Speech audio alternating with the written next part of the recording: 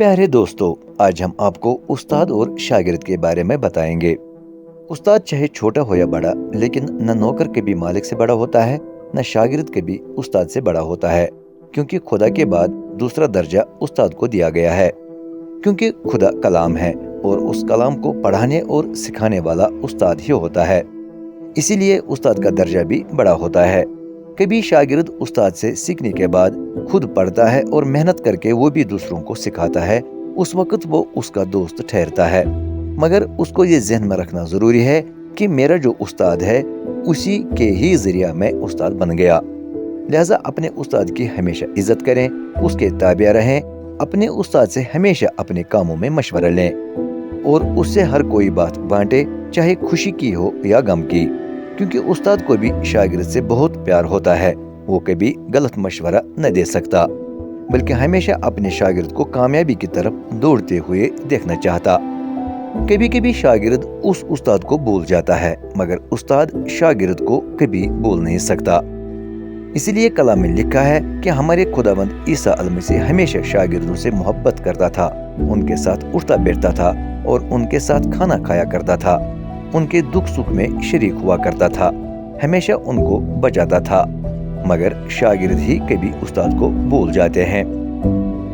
एक बार पतरस नामे एक शागिर्द ने ईसा अलमसीह को अपना जान भी देने के लिए बोला, मगर ईसा अलमसीह ने उसे कहा कि तू मुर्ग की बांग तक 3 बार मेरा इनकार करेगा। उस वक्त को देखो कि उस्ताद ही शागिर्द के लिए अपना जान देने जा रहा था जब पकड़वा गया। मगर पतरस को जब पूछा गया कि तू भी ईसा के साथ हुआ करता था, तो उसने साफ इनकार किया, बल्कि ये भी कहा कि मैं ईसा को जानता तक नहीं। 3 बार इनकार करने के बाद जब ईसा अलमसीह ने देखा तो पतरस ने बहुत पछताया और खुदा से माफी मांगी और उसके बाद उसने खुदा के सारे काम अंजाम दी।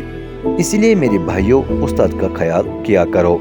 अगर उस्ताद शागिर्द का ख्याल रखता है तो शागिर्द का भी फर्ज बनता है कि उस्ताद के हुक्मों पर अमल करके चलें, उसकी हर बात माने।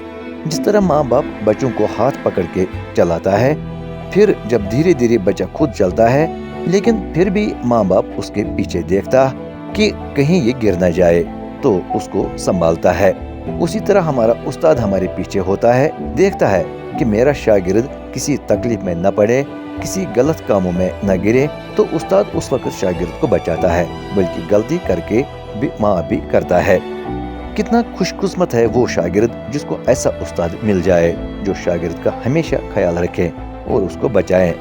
मैं खुदा से दुआ करता हूँ कि ऐसे उस्तादों को सही सलामत रखें और हर शागिर्द को तौफीक दें कि वो भी ऐसे उस्ताद बने और ईसा अलमसीह के तालीम पर चलकर उस पर अमल करें और कलाम को आगे बढ़ाएं।